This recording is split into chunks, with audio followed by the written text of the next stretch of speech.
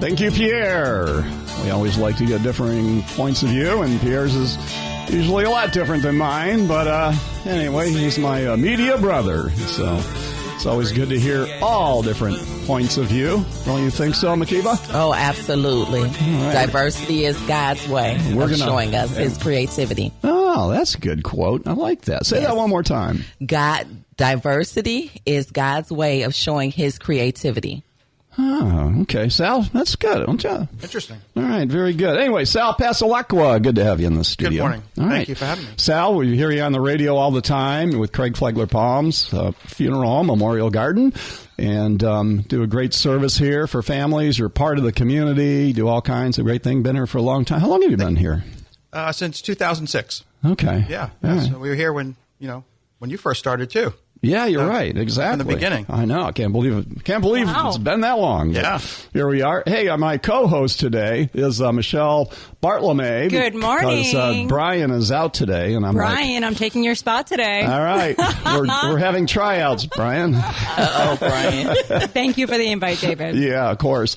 Today we're going to talk about a tough subject, and it's about death and dying and how we deal with it. There's been, like shock and awe kind of deaths, that thing was sparked with the Charlie Kirk thing where the whole country and whatever your political beliefs are, whatever you think to it, just like some horrible things. And you talk to people and they're really depressed and downed out and kind of drained, and the whole world's going to, I have a chaplain with me, so I won't say the world is going to. Okay. That's right. I'll watch my behavior here today. Watching it. I know. Watch her. She's sitting right next to you. By the way, we're streaming live with studio cameras now. If you haven't in a while, you can see us. There's Michelle waving at everybody. And Michaela. And also we have Sal in the studio. So anyway, somebody new to town is Makiba. Yes. And she is a chaplain at Advent Health. And Yes. so let's get to know you a little bit. Tell us about you. Well, I just arrived at Advent Health about 30 days ago, but I'm not new to chaplaincy. I've been doing this for over 10 years, so I'm coming fresh from Memphis, Tennessee. I was at Le Bonheur Children's Hospital doing bioethics. And so this is a breath of fresh air for me to be near the beach. So I'm so excited to be here. I have family right up the road in Jacksonville. So this is a job and a dream come true. How'd you pick here? How'd you choose to get to Palm Coast? Palm Coast chose me. Oh, I love that. Yes. Palm Coast chose me. So I wasn't even really looking for a job. I thought I was content. I thought everything was going the way it should go. Yeah. And then I got a call saying, are you interested? And so I put my toe in the water, and then I found out, oh my, Palm Coast is a hidden gem. Yes, let me come. All right. I love the excitement of people when they're new and they come here, because it kind of reminds me of how I felt, the first time.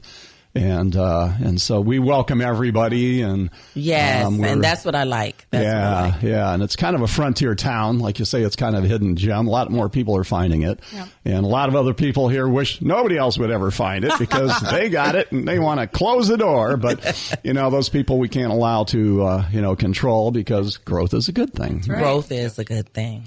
All right. Sal, tell a little bit about you here personally. That you came to town, to Palm Coast. Where are you from? Yeah. Originally born and raised Staten Island, New York, via Fort Lauderdale to here to Palm Coast. Alan Wetzel, great friend of mine and mentor. We're former business partners together. So he brought me and Gina here, who you hear on the radio too, back in 2006. And I've been in the industry for 30 years. We were just talking out in the hallway, getting to know each other, and it's all I know. Yeah. Mm-hmm. It's been it's a calling. It's been a very good career to me, and I guess I do it well if I've been doing it for 30 years. Yeah. Helped a lot of people. How do you choose the industry? How do you feel like you fell into that? It kind of chose me, I Okay. guess. Mom's family was in the business, uncles, cousins, and I worked there during high school breaks, like I was telling Makiba. Setting up flowers and setting chairs up, the way traditionally we used to do it. And then next thing, they were asking me to help dress the deceased and then go to the hospital. Wow. And I just kind of fell into it and been doing it ever since. Like I said, I think it's a calling. I left the industry mentally many times, but just kept coming back to it. Wow. And I think, you say, God has a way, and think that was my way. All right. Absolutely. Well, that's good. That's interesting. Yeah. It's kind of a calling, and it's so much of helping people at the worst time in their lives. Many times that they have the need. Hey, also joining us here in a little bit will be Rhonda Richardson. She's a psychiatric nurse practitioner with Sunshine Psychiatric Care here in Palm Coast. And so kind of overall here, let me lay out where we're going with this Free for All Friday. Yeah. I want to talk about how we can actually prepare for the death of somebody, a loved one. And some people might think this is kind of weird, but also a pet, a dog. I mean, I don't know about you. That's not weird. But to me, like when you have to go take your dog in and put it to sleep or whatever, it's such a humane type of thing. Can't do that with people, though, which that'll be a whole different show on, But anyway, we'll have you back for that, Sal. Okay. But you're right. Grief does hit us in different areas, and even with our fur babies. Right. So that is very true. So, yes, making mention of that it's important. So I want to talk about how we can prepare for that mentally, and or can you? Also, I want to talk about how can we in a healthy way deal with something that's a loss and depressing and a tragedy, and realize where we are with it. How can we help other people get through those times? And to me, it's always been a struggle of. I hate the cliches like, thoughts and prayers. It doesn't really mean anything. It's overused. And so what is the right thing or the best thing to say to people at what time? So we want to talk about that this morning. And also, what are the stages of dealing with grief and loss and when is it not healthy where people they get stuck in the depression and they just can't get out of it, and they're crying every day, maybe years later after the death of somebody. And, so what is a healthy timeline to get through it? And then when and where should we actually seek help, whether it be psychiatric help, maybe help with, with your Grief faith support or groups, something. Yep. And also, what kind of support does Craig Flagler Palms offer people? So let's start with that. Okay, like day one, there's a death in the family. They come to the door of Sal Passalacqua here. What happens? Where do you start? Well, most of the time it starts, with a phone call, or they come in, or hopefully, like you're talking about planning ahead, hopefully they have prearrangements and they're preparing themselves that way mentally that they're going to lose a loved one, which helps a lot when you do prepare ahead of time because you're making all those decisions. If you want to say with a clear mind, instead of walking in right away, you just lost your loved one, and you have to make all these decisions right away. So we do promote that you do the prearrangements ahead of time, and that kind of helps. But, when people come in and make a prearrangement, a lot of people put off buying life insurance because they don't even want to think about dying, Right. Which is horrible. But to actually physically go to the funeral home and sit down with Sal and say, "Oh my gosh," I mean, I can see resistance. Like, okay, we'll do that someday, but not today. Correct. Yeah, a lot of times that happens. I see people a lot of times. They go, "We have to come and see you, Sal." And like, yeah, you said that last year, and you said that the year before. That's right. And it's not a priority until they actually face it, meaning they have a neighbor or a friend or relative in their family that has a death, and then they say, well, we do have to go and do that. Yeah. It is always the wife or, the woman that pushes their spouse to go and do it. But I can tell you that I've been with a lot of families doing this 30 years. It's a huge relief and weight off their shoulders once they do it. Yes, the initial first step of it is very hard to face your mortality. But once they do it, it's lifted off their shoulders. They know that they can, go on with life and not have to worry if something happens to them. Yeah. The plans are made. They've spoken their last word. They know what they want to have happen so their spouse or children, whomever their survivors are, don't have to worry. So, and that's a gift to your family. Yes. When you have those conversations early on, before the sickness, before you're emotionally tense or drained, having the conversation of what you actually would want. So that when the person makes the decision, hospital bedside or at the home on hospice, whatever the case may be, they know that they're honoring their loved one versus trying to make those decisions in the thick of it. Yeah. And so it makes a huge difference. One of the things that I've always tried to do is reach out to churches and have those conversations where we go through advanced directives and we get detailed, right? Do you want certain people in the room when you're dying? Do you want a certain fragrance? Do you want water? What are the details of what you would want? And that's what we call a good death. A good death is one that you have planned. We plan for everything else in life. Yep. And so why not plan for the inevitable? Exactly. Yeah. In life we die. Mm-hmm. Yeah. And we call it the gift of love when your arrangement's the gift of love. And also it's your last word, right? Everybody likes to have the last word. Right. That's your last word. And that's the way to do it. Absolutely. But again, it is a huge burden lifted off of the family shoulders, and you can just go on. What does it look like? What does pre-planning include? It includes sitting down with the folks, whoever the couple is or person, and having that conversation. Do you want burial? Do you want cremation?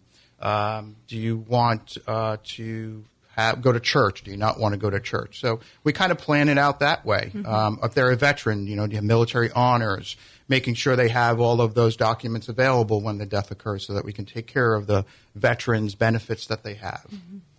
So that's really it's just planning. Again, it is planning all of those answers to those questions that Chaplain was just talking about. I would imagine when you walk out, after having this meeting and things, probably you ask things that people hadn't even thought of. Right.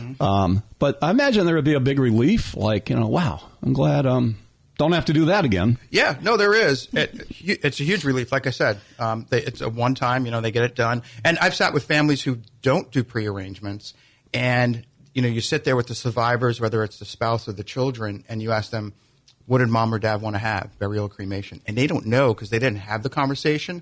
So not only are they grieving the death of their loved one, now they're having to make a decision. Am I making the right decision? Right. And then they have to live with that. Well, did mom want cremation or burial? And am I doing the right thing? Yeah. And they're questioning themselves, and there is no answer. They're just kind of rolling the dice, and then they have to live with that. I did cremation, but did mom really want cremation? Right. What is the you got two choices, right? You got cremation or you got burial. There's no third? No, there isn't. Not yet. Not yet. No. Well, cremation, you have a lot of other I should say options. Burial is a disposition, cremation is a disposition. With cremation, what do you do with the ashes afterwards? Right. And there's numerous amounts of options. Yeah. So what is the reason why they go, what are the main reasons why people would choose cremation over burial or the other way around? Number one, with cremation, obviously people think that it's less expensive, and it's really not. You got to kind of compare apples to apples, make sure you get what you're paying for. And sometimes it's travel. We live in a transient state, Florida, right? We have a lot of snowbirds. So cremation is we can cremate mom or dad and then take them with us. So, you become mobile that way. And then with burial, it could be tradition, religion. Those are really That's the interesting with religion. Is there any? And what's the Bible say about what does Jesus say? Should we get buried or cremated or he doesn't care? So there is not an exclusive text saying, but I know there are some people that say since hell is a place where people are going to be burned, they do not want to participate in cremation. It is not biblical either way. You have a lot of world religions that do burn. And that's the way they want to do it because that's how they figure that they're honoring the body and releasing the soul because the ashes rise up. But the other thing with cremation is that you can divide the ashes. And so if you have multiple family members, you can have a pennant with ashes from mom or grandma.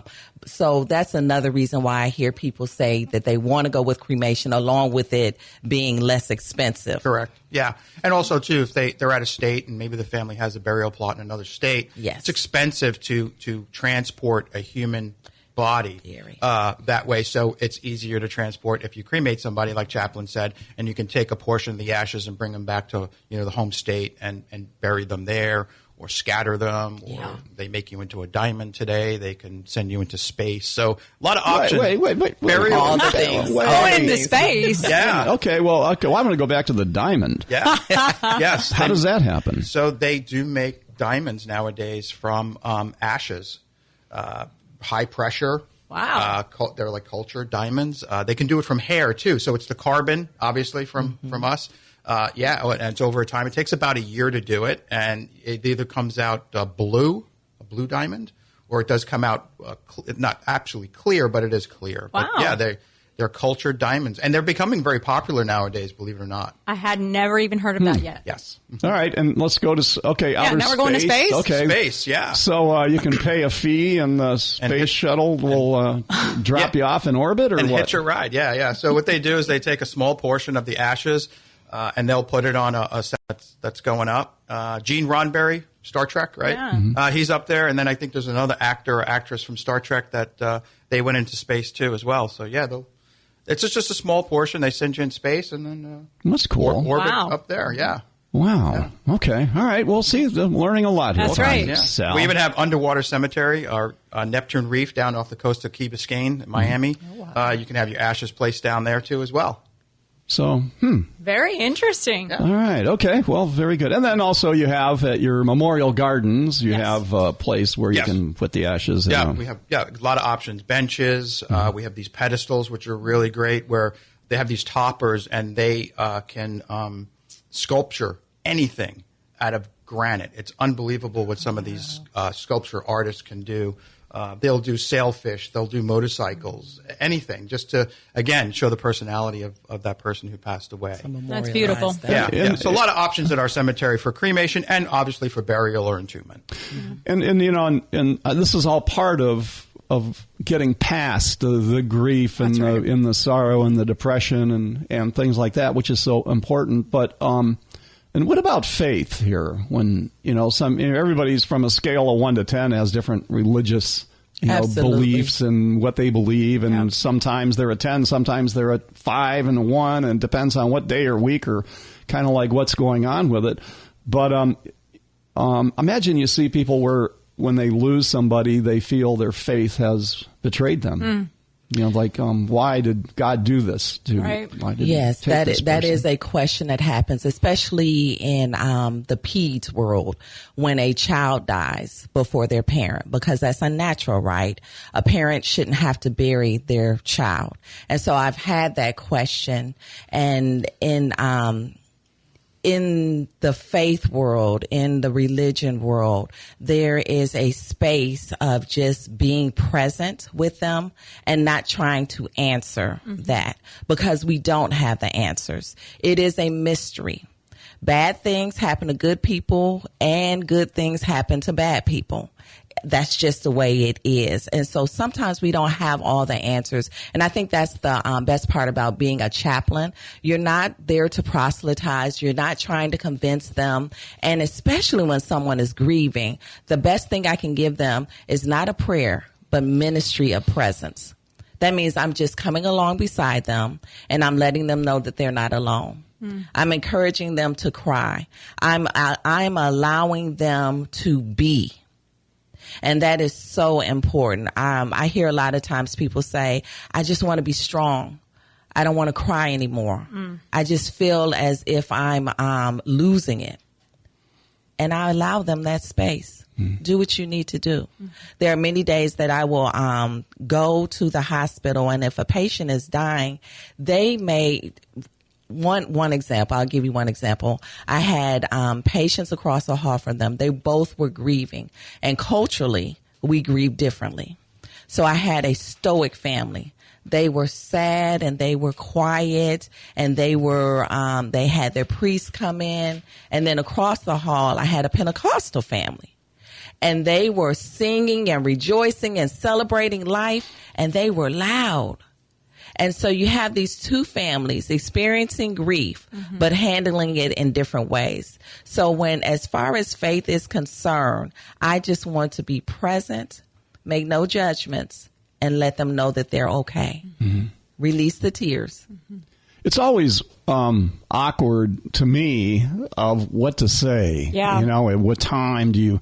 when you hear of something, from somebody you love and you care about and the family, and it's human nature, I think, when you see somebody hurting or feeling bad, we want to help.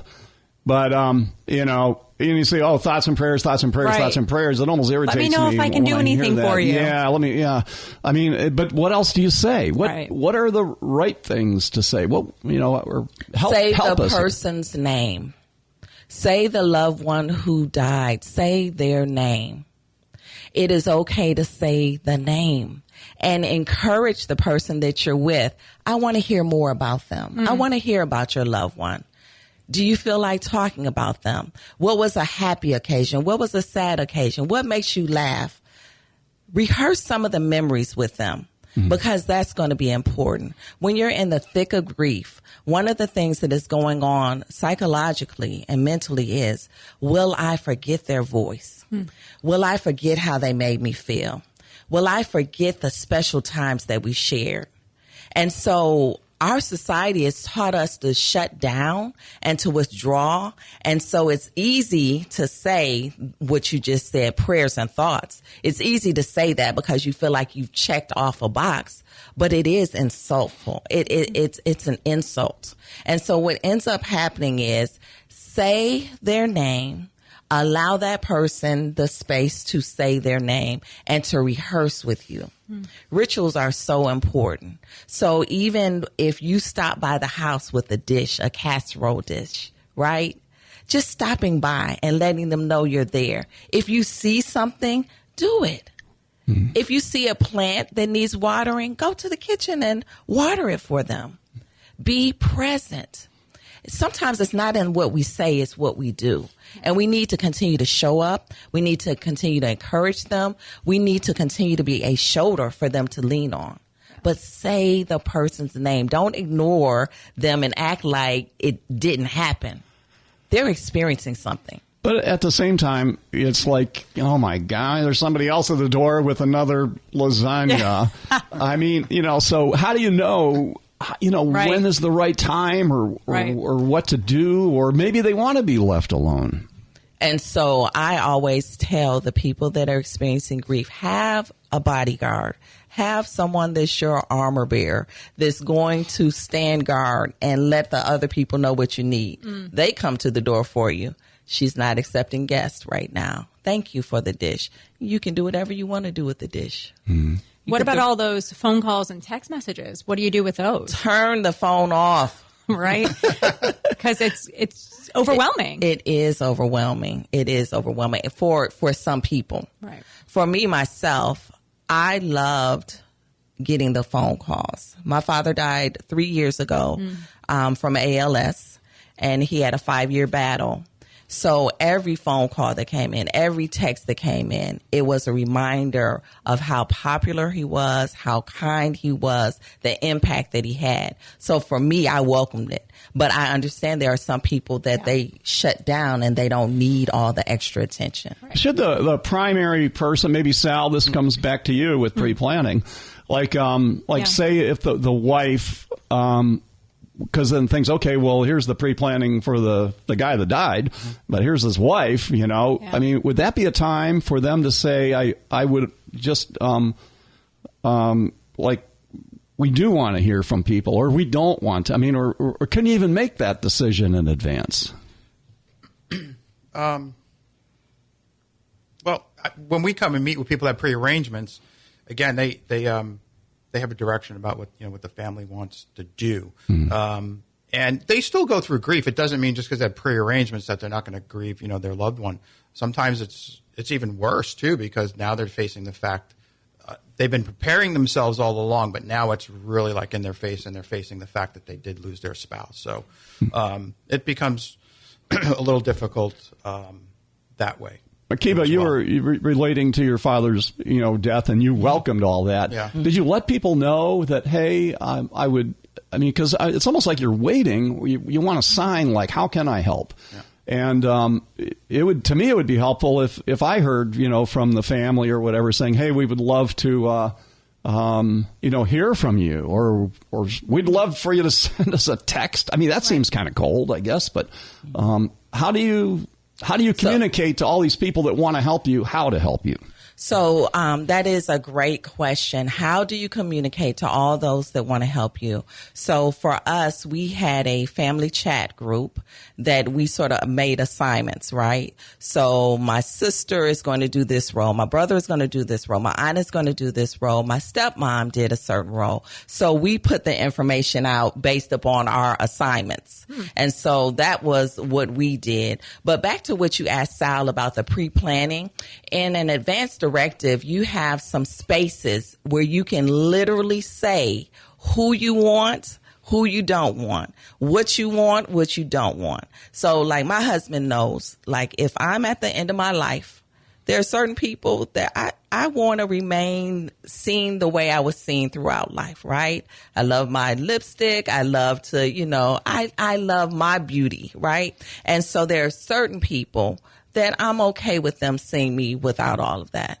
But there are others, so he knows, right? And there are certain rituals that I have, right?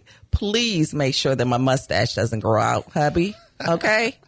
So have someone there to wax me, right? So those are important things that you put in writing so that your loved one would know. Because would my husband know that automatically? Probably not. Probably not. Would you know automatically as a husband? Probably not. Yeah. So we do make space for that in advanced directives. And nowadays at the hospital, that's something that every patient's asked when they're coming in, correct? Absolutely. Do you have an advanced directive? Right. Would you mind someone coming and sitting with you and helping you fill that out? And so taking the time to make space for that. And a lot of times there's a lot of superstition. If I talk about death, then I'm bringing death on. And I try to reiterate that, no, that's not what it is. It's just planning. Just like you plan a good vacation, you can plan a good death. When you're rounding in the hospital, how do you know which rooms to go to? So we have a census. And the census allows us to know which patients are new. And so there is a time manner which we have to reach them. So within 24 hours, we want to have a chaplain to visit them. One quick question, then we're going to take a break, and we're going to go talk to our psychiatric sunshine, Rhonda, here in a minute. But at the funeral itself, Sal, I've always, it's like, oh, hey, everybody's coming in, you're greeted, and it's so awkward. Yeah. What do you say? Like eye contact? Do I, what should you or shouldn't you say at the funeral itself with people mingling and trying to be kind of social? I mean, that's probably one of the most awkward social situations I can even imagine. What are some good things you've heard people say? That's hard, because there really isn't one thing that you don't say or one thing that you do say. I would say just like Chaplain said, say their name, keep their memory alive. We were talking out in the lobby early before we came on, and the one thing I said to her, and I say to a lot of people, whether I'm directing a funeral or just people I know who lost a loved one, is the one thing death took away, your friend or your spouse or your brother or sister, but the one thing death can't take is the memories, right? So we have to keep those, whether it's the memories in your head, the memories on your photos on your phone, whatever that is. Just talk about it, and that's what we do now. When Chaplain and I were talking, is the traditional funeral is kind of gone. That rows of chairs and sitting there in dark clothing and mourning, that's not what we're doing nowadays. The industry's changed. We're celebrating life. It's now life celebration. So we're celebrating the life, still mourning the death, but that's not what's in the forefront. We're celebrating that person's life, their accomplishments, what they left behind, and who they were. All right. Very good. Hey, we got to take a break, and we'll be back, and we'll get some psychological advice here on the stages of the phases of grief and depression and recovery, and what's the timeline, and what's healthy and what's not. And so how we can help people with that. So we'll take a break, and we will be right back in the studio right now. Makiba Garrison, she's our new chaplain at Advent Health. Sal Passalacqua, been here a while. He's our funeral guy at Craig Flagler Palms. Also, we have our co-host, or trying out to be co-host, Michelle Bartlemay, and we'll be joining Rhonda Richardson right after we return. Play the guitar on MTV. Your do-it-yourself website isn't cutting it, champ. PalmcoastWebsites.com builds you a pro site in 14 days or less. Guaranteed. Don't love it? Don't pay. PalmcoastWebsites.com, because your website shouldn't look like it was built on dial-up. PalmcoastWebsites.com. Need help navigating through the mortgage process? I'm here for you. This is Mike Akialis with American Home Mortgage Group in Flagler Beach, serving the community for over 22 years. Call me, 793-5435, or find me online at michael.mortgage.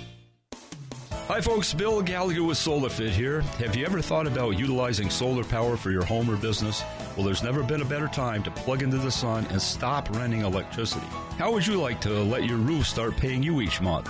Give us a call at 445-7606. That's 445-7606. Or visit us at solarfit.com and set yourself free. SolarFit your life and set yourself free with the sun's free energy. Tired of waiting for your home to sell? Evolve Property Group is not your average real estate company, specializing in property management and real estate investors, navigating complex sales transactions, maximizing cash flow, managing tenants, rent collection, even evictions. Visit evolvepg.co. evolvepg.co. Are you wondering if that old paint in your garage is still any good? Bring it in. We'll let you know. And while you're at it, if you need to match a color, chip off some paint and bring it in. Our color matching is unmatched. Benjamin Moore, corner of Old Kings and Utility Drive, Palm Coast. We're back, Free for All Friday. We're talking about, you horrible stuff like death and dying, and what's the best way to deal with it, and what do you say, and when, and, it's a reality of life. The price for life is death, I guess. That's right. Is that a pretty harsh thing to say, or not really? It's realistic. But it's like the more you talk about it and the more you think about it, it's, and what about, what do you tell kids about it? Like when... That's what we were just chatting about in the break. Yeah, I can remember as a little kid going to my grandfather's funeral. Exactly. And that's what sticks in my mind. Been to a lot of them since then. And how do you say the right things to a child to be able to understand what's actually happening? And that's what Sal was just mentioning with us. Well, hey, I'm going to bring in I'm going to bring in Rhonda Richardson. Hello, Rhonda. Hey, Rhonda, are you there? Hi, Rhonda. Hello. Hi, good morning. Have you been listening to what's going on? Yes, I have. Oh, okay. All right. So anyway, right now we're just talking about how do you prepare, ourselves. We were talking about that and our but what about kids? Right. How do you explain to kids, what it is without scaring them, I guess, or I don't know. So Rhonda Richardson with Sunshine Psychiatric Care, our psychiatric nurse practitioner. Oh, by the way, she was going to be in the studio, but she's not feeling that well. So thank you for taking our call. Yes, thank you for allowing me to join in virtually. Kids, they understand things differently based on what age they are. So it's just important to use age-appropriate language with them, but I think it's important to be honest. You don't want to say Grandpa's sleeping. I think you can tell them the truth in an age-appropriate way, so that they're getting used to death from a young age. Because the reality is, they're going to be experiencing it. It's something that we all go through. So it's important to be honest. When I was a kid, I was like, because, here was the prayer, right? Now I lay me down to sleep, pray the Lord my soul to keep. If I should die before I wake, that's right. I pray the Lord. I would be scared to death to go to sleep because, is that a good prayer? Chaplain, that one. Listen, some of the nursery rhymes, when you reflect back on them, it's like, what were they putting into our little minds at such a young age? No, I don't necessarily like the prayer, but I understand the intention of the prayer, right? We wanted our souls to be saved. So if I would die before I wake, I pray the Lord my soul to take. Yes, I recall that prayer as well. Okay. All right. Well, so be honest with your kids that want to move on from that, and just say this is it, and I guess in a kind of matter of fact tone of voice, Rhonda. I mean, you just want to be honest, you don't want to say, Grandpa's sleeping, because that can unlock a whole new set of fears for the child. But based on their age, Grandpa died, which means his body stopped working, and he's not going to come back. So we're not going to see him anymore, but we can still remember him and love him. And, it doesn't have to be this scary thing. Mm-hmm. When people come to you as a patient, well, let's first of all talk about grief and sorrow and depression and all these kind of emotional things. There's probably, nothing more devastating than the death of somebody that we love. What's healthy about the way we feel or unhealthy? I mean, grief is complex. There's no one right way to grieve, right? It's going to look different for everybody. So I think it's just important to normalize, the way you're feeling is normal. It's understandable. Like this isn't fair, and just kind of not running from it, right? Like feeling the feelings and sitting with it and learning how to move forward from it, Mm-hmm. Not running from it. Yeah. Is there a timeline where it's okay to feel bad and horrible and feel betrayed by your faith? And I imagine every single human being in our brain, emotion can come into play at a time like that, and it's very complicated. How do we get out of that? What are the phases of the initial impact of it through? Then where do we kind of walk us through it, if you could, on what's a good way to get out of that? Yeah, so there are 5 stages of grief: denial, anger, bargaining, depression, and acceptance. So while, most people will move through the 5 stages in some capacity, it's not mandatory. Sometimes we'll jump back and forth from one stage to the next. But like I said, it's important to recognize, these are normal feelings, right? Because death is not fair. Someone that we love is being taken from us. So, yeah, we're going to feel angry and, depressed. And I think it's just important to, talk about our feelings. And, if we're not okay, reaching out to our support system. But there's no timeline, because everybody does grieve differently. Yeah. But time really is a healer, and, I find that time, not that it takes the pain away, it just makes it easier for us to cope with it. Mm-hmm. We were talking earlier about what you say to someone. So they're going through this, and we kind of mentioned, what's the right reaction? What's the right statement that you give back? What do you recommend? You're hearing this from lots of folks. What do you recommend that we say? So we often get caught up in that, right? We want to say the perfect thing when the reality is there's really no perfect thing to say, because it's not going to take the pain away. So I find that your presence is powerful. Just letting the person know, I'm so sorry you're going through this. I'm here for you in any way that you need me to be. Just letting them know that you're there can often, help significantly. And Chaplain Michaela, she said that say the person's name, if we can say, and I'm just doing my own therapy here, right? But I'm I'm so sorry you're going through this. Bob was such a great guy. Just something that simple, maybe. Yeah. Sal, go ahead. Yeah, no, it is. I always, again, there's not the right or wrong thing to say, but, when I talk with families on the phone, the first thing I say to them when they call or they come in the door with a death, my first thing is always my condolences to you on the loss of your loved one. Mm-hmm. That's really, really it. You understand what they're going through. I lost my dad 5 years ago. Am I still grieving? Sure I am. But I'm in the acceptance of it. It's been 5 years. Do I miss him? Yes. Mm-hmm. But I still have his memory. So that's the one thing that keeps him alive for me, is the memories themselves. But like you said, David, very simple.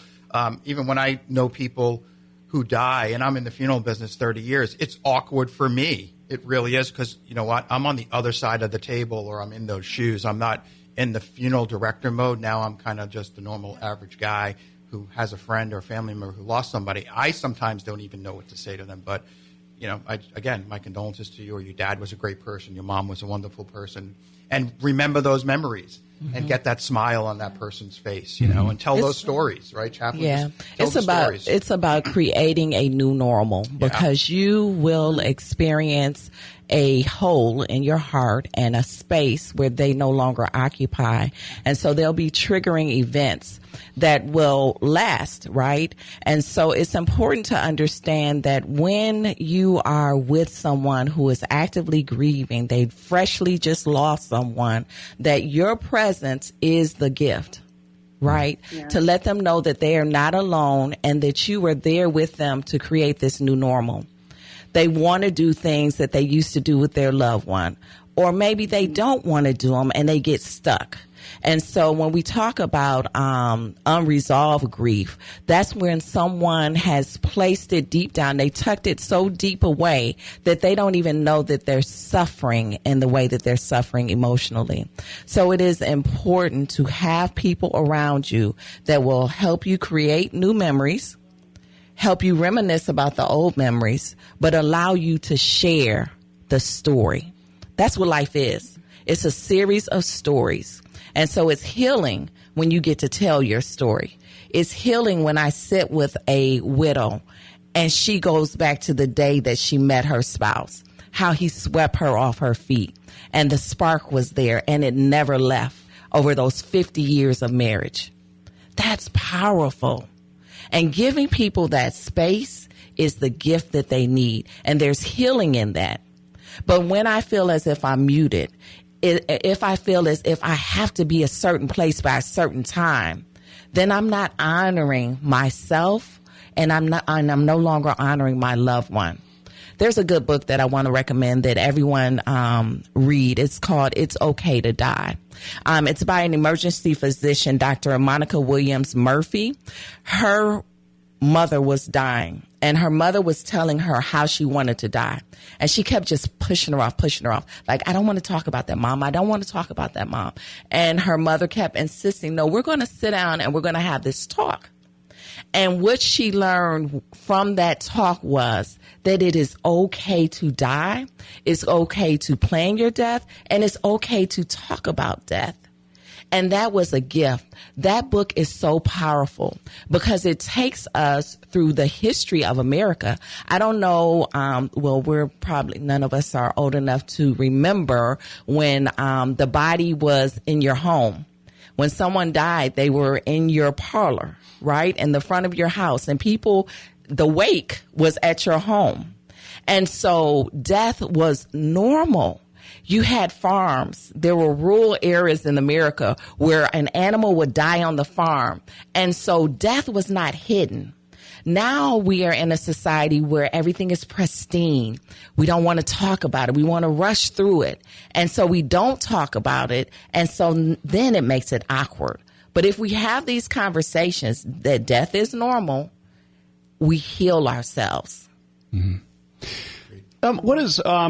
Rhonda, what is crying all about? I mean, you know, a lot of people, hey, you know, I'm a guy. I was a Marine. I don't cry. You know, is it good to cry? What's the therapy about it? You know, is it good for you? And how much of it is not good for you? I personally feel like crying is normal. It's natural, especially in a situation, you know, where you're losing a loved one. So I would say, yes, that's a very normal emotion to feel.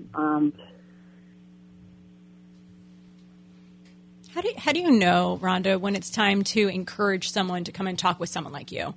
How do you, as a family member, maybe it might be time for you to have a conversation with someone that can give you more assistance? Yeah, I would say if it's, you know, if the person is struggling with their ability to function in their day-to-day life, you know, beyond like a couple of weeks or, you know, it's been a few months and they're still like not able to, you know, go to work, or they're not taking care of things at home, like they're having significant struggles in their ability to function in their day-to-day life, that would kind of send off some alarms, like, you know, maybe they need a little more help. And what do you do if someone's resistant? They do not want to talk with someone, but the family members are acknowledging that they should. I think just try to like open their eyes up. Like, hey, you know, we care about you. I see that you're really struggling, and I want to help you get better. So I've set this appointment up for you, or you know, something to that effect. Okay.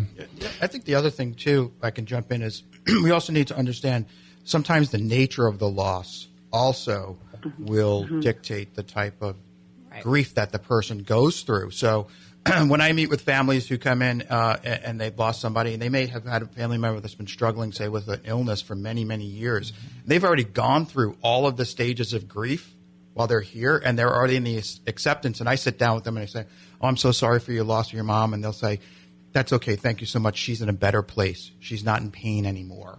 So they're kind of at that place too. So you kind of have to think about the nature of the loss too, because it's not always just, you know, they die from cancer or something. You know, there's these tragedies too. So that also comes into play too, how we as funeral director professionals, or the chaplain or doctor here might deal with that type of grief too.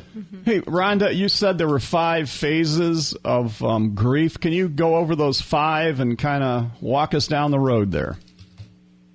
Yeah, absolutely. So 5 stages of grief. You know, there's denial. So that looks like, this can't be happening. You know, you're feeling numb, and that's really like your mind's way of kind of protecting you from this significant loss. Then there's anger. You know, that looks like sometimes, you know, you could have anger directed at the person, like, oh, you know, if they just would have listened to me. It could be directed at the person or just the circumstance. You know, it's not fair. There's the bargaining. You know, if only I had done this, like maybe this wouldn't have happened. You know, the depression phase, that looks like, you know, the deep sadness, crying, withdrawal, not really wanting to do much. And then finally we get to acceptance, where, you know, you're able to talk about the person and, you know, remember them in a meaningful way without, you know, getting too choked up. Okay. All right. And what would be a normal timeline to go through those 5 phase? Like Sal said, it varies, because some of those, if it was a long, you know, torturous death of disease and illness and all that kind of thing, versus a sudden death to it. But with a, let's take it with a kind of a sudden death. How fast do you get through those 5 phases? I mean, it's very personal, you know. There's a lot of different factors that are going to play a role, so there's really no correct timeline. Like, it can take, you know, up to a year to grieve someone, or even longer, you know, depending what happened. You know, was it anticipated? Was it sudden? So there's no real time frame. You know, everybody's going to grieve in a different way. Okay. All right. Well, hey, Rhonda, we hope you feel better, and thanks for joining us by phone. And everybody in the studio, thank you, Rhonda. They thank you for not bringing your germs in. Yes, thank you. So any final words from Sunshine Psychiatric Care, Rhonda Richardson? It's just important to remember that, you know, death is normal, and it's going to happen, and it's normal to be upset and grieve, but it's important to continue to take care of yourself, so that, you know, you can move forward in a way that is conducive to you having a good life. You know, that's it. All right. Okay. And give a plug here for Sunshine Psychiatric Care. If somebody, you know, would like to talk with you personally, how can they get a hold of Rhonda Richardson? Yeah, so you can give us a call at 386-230-4448, or feel free to visit us online at www.sunshinepsychcare.com. Hey, Rhonda, off the sub, I saw that you have a hyperbaric chamber in your office. Is that true? Yes. All right, we're going to talk a different time about that. That's right. No, I have heard. I want to know more. I've heard like some really crazy things with veterans and how they're very good for all kinds of things. So we'll do a different show on your hyperbaric chamber, okay? Yeah, sounds good. All right. Have a good weekend. Take care. We're going to take a quick break, and we'll be back and get our final comments and words of wisdom Mostly, we need it from our chaplain here today, Makiba Garrison with Advent Health. Also, we have got Sal Pasalacqua with Craig Flagler Palms and my co-host, who might be a regular, Brian. That's me. All right, and we'll see, Michelle Bartlemay. We'll be right back.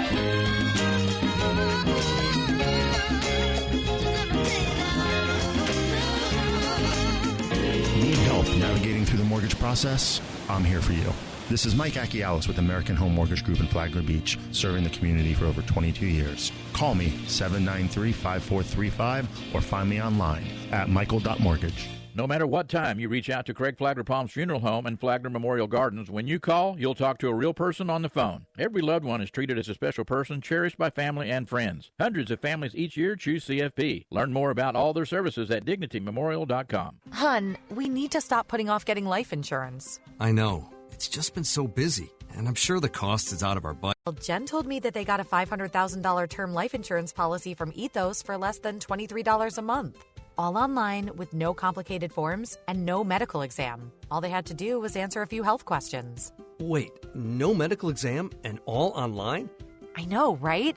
It's not easy to think about, but if something happened to you, James and I would be... Okay, I get it. Let's get a quote from Ethos right now.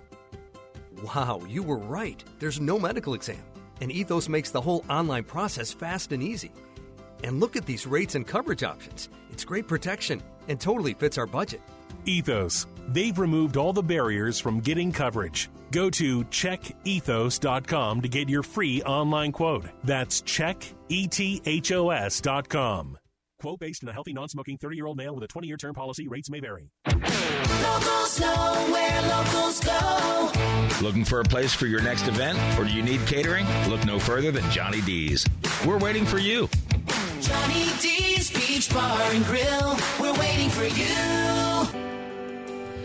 Well, we're back and wrapping it up here. Good conversation. Really enjoyed it. Sal Pasalacqua, good to have you in the studio. Thanks for having me. And thanks to Craig Flagler Palms, all the great things you've done and being a big part of the community and helping out in so many different ways. It's our pleasure. That's what we're here for. That, yeah. And also for being one of my sponsors from day one when nobody wanted to sponsor it. No. We love it. Community calendar is a great thing. One of the best things we can do for the community. So we appreciate doing it. Yeah, I mean, it's like if you have a charity and a nonprofit and you're doing something and you can't afford the advertising, give us a call. And thanks to Craig Flagler Palms, they buy the airtime. And that's wonderful. We put it on the air for you. Yeah, I know. We know they appreciate it. We get a lot of good phone calls and cards and people walk in the funeral home and thank us for that. So we're here to support all those not-for-profits. All right. Well, great. Good partnership there. Well, I apologize because I pronounced your name wrong on the promo. I said Makiba Garrison, and it's Makiba. That's right. So not a problem. I will never. You'll not get it wrong again, David. I know. You think my name he would have messed up, but for all these years he's finally got it. Well, you've been here for a long time now, huh, Sal? Yes. Oh, yeah. No, I like saying Sal Pasalacqua. That's right. I know. I like the last name's got a good roll to it there. It does. So, Makiba, welcome to Palm Coast and Thank with you. Advent Health. If somebody would like to get a hold of you, how can they get a hold of the chaplain? Michelle, do you have the phone number offhand? So anyone that's in the hospitals, obviously, they're going to be rounding throughout, as you heard her talk about earlier. So anyone that's able to come over to the hospital, if they want to visit with the chaplains, they'll visit with anyone of all backgrounds and all faith as well. Mm-hmm.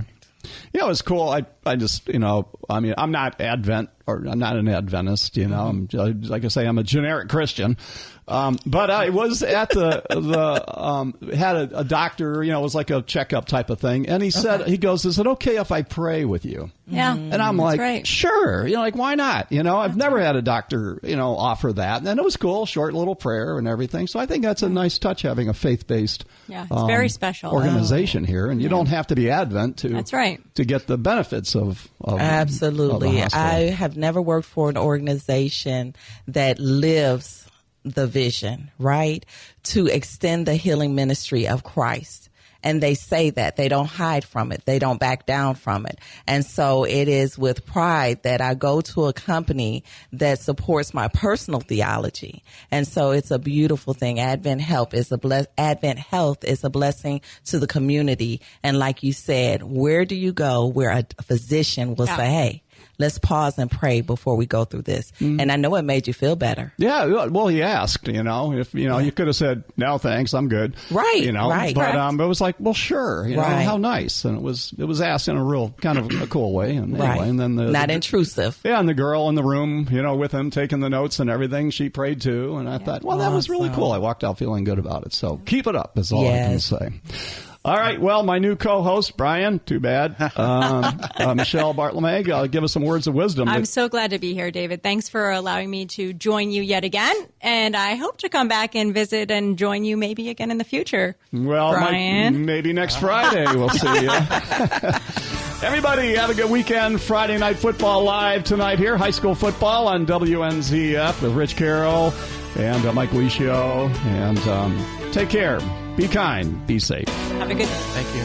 The kids screaming, phone ringing, dog barking at the mailman, bringing that stack of bills overdue.